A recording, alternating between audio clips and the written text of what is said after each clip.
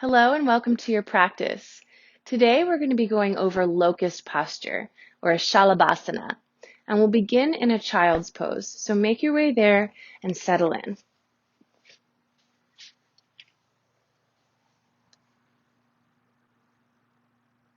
Take a few deep breaths, feeling your back stretch out and your hands root into your mat.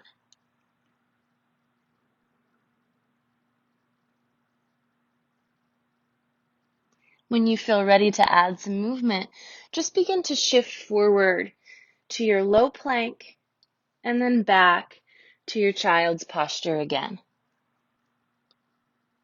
And we'll do 3 more like that. Shifting forward and pressing back.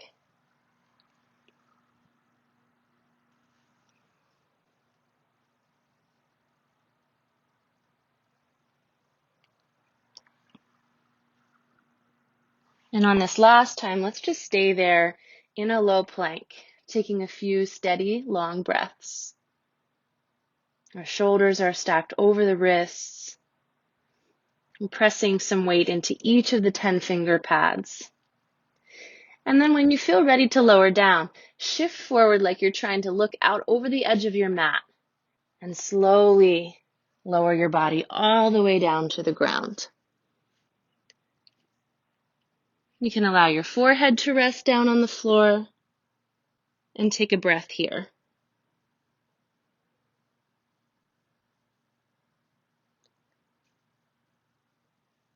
To prepare the body for locust, we'll first try a few lifts into cobra posture. So begin your lift right at your thoracic spine or your upper back.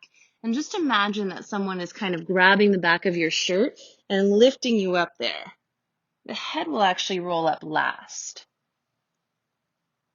And then slowly unravel. Back down, forehead to the ground. We'll do that 3 more times. Lifting up and lowering down. You can give a little press into your hands, but make sure that the majority of the movement is coming from the strength in your core and your back. And we'll do that 1 more time. Really feeling that internal support, because eventually we'll be taking the hands away for locust. When you feel ready, lower back down.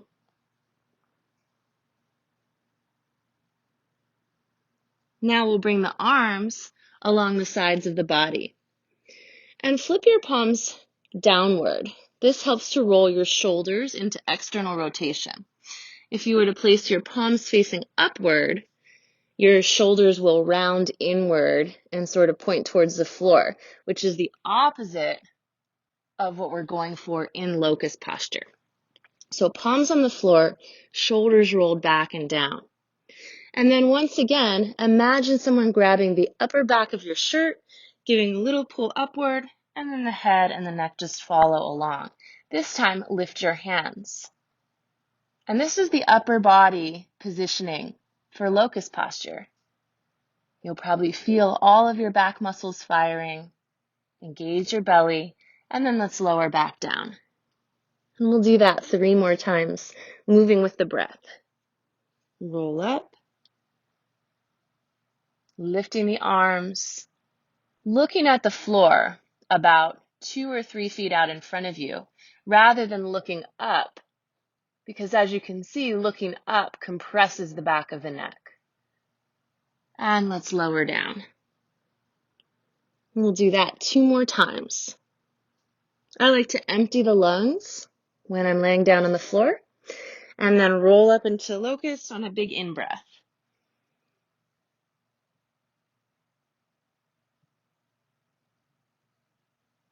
And we'll lower down. And then do that 1 more time, lifting up.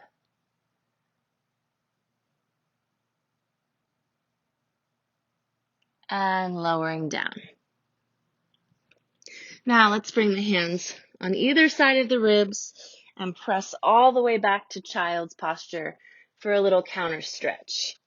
Of course, as always, you can stack your fists under your forehead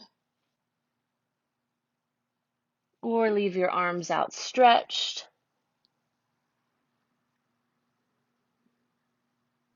Or if you want a little extra forward flexion, you can bring your arms along your sides.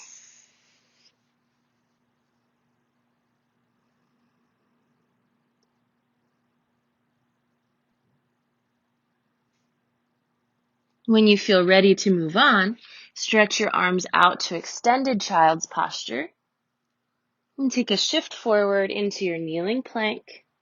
Shift forward even further and lower to the ground. This time, we're going to just work on the lower body. So, bring your forehead down and pick one leg and lift it up. See if you can hold for about 3 counts and then lower it down. Now we'll switch to the other side.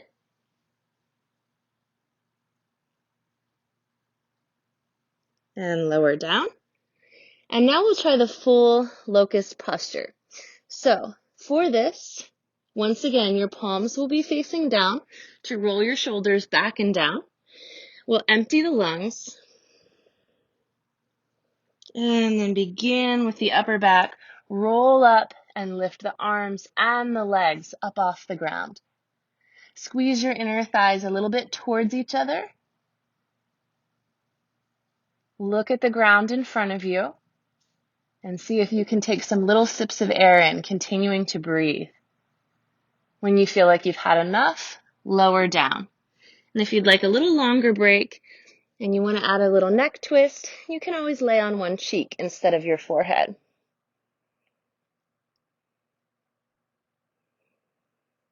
When you're ready to return, look ahead, roll back up, lift the body.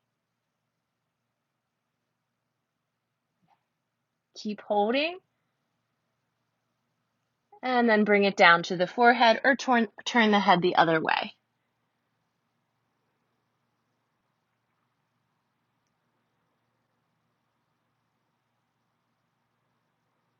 And we'll do it one more time, rolling up, lifting, and you can stay right there, or if you feel like it might be possible to interlace your hands, you can add a clasp behind you. Holding in locust.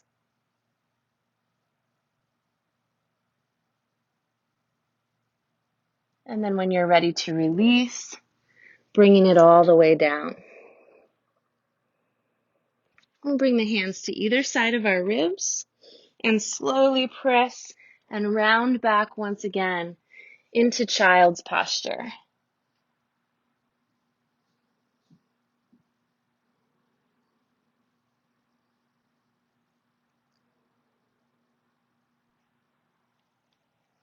When you feel like you've had a little counter stretch and you're ready to come up, bring your hands right underneath your shoulders and use that supportive press to lift your body up to a low kneeling position. You can stay here or transition right into seated. And it might feel good to do a few seated cat-cows because we've done so much work on our backs with locust. So just naturally move from that rounded back position to spinal extension.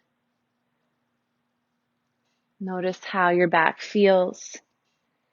And just always tune in whenever you're doing back extensions, back bends, and make sure that you don't overstretch or go too far. Your back bend should feel strong and stable, feeling a sense of ease through the whole thing. So that concludes our posture breakdown of Shalabhasana, locust posture. And you can feel free to continue your practice from here, or if you feel like you've had enough for today, thank your body for showing up, and I thank you for practicing with me. Namaste.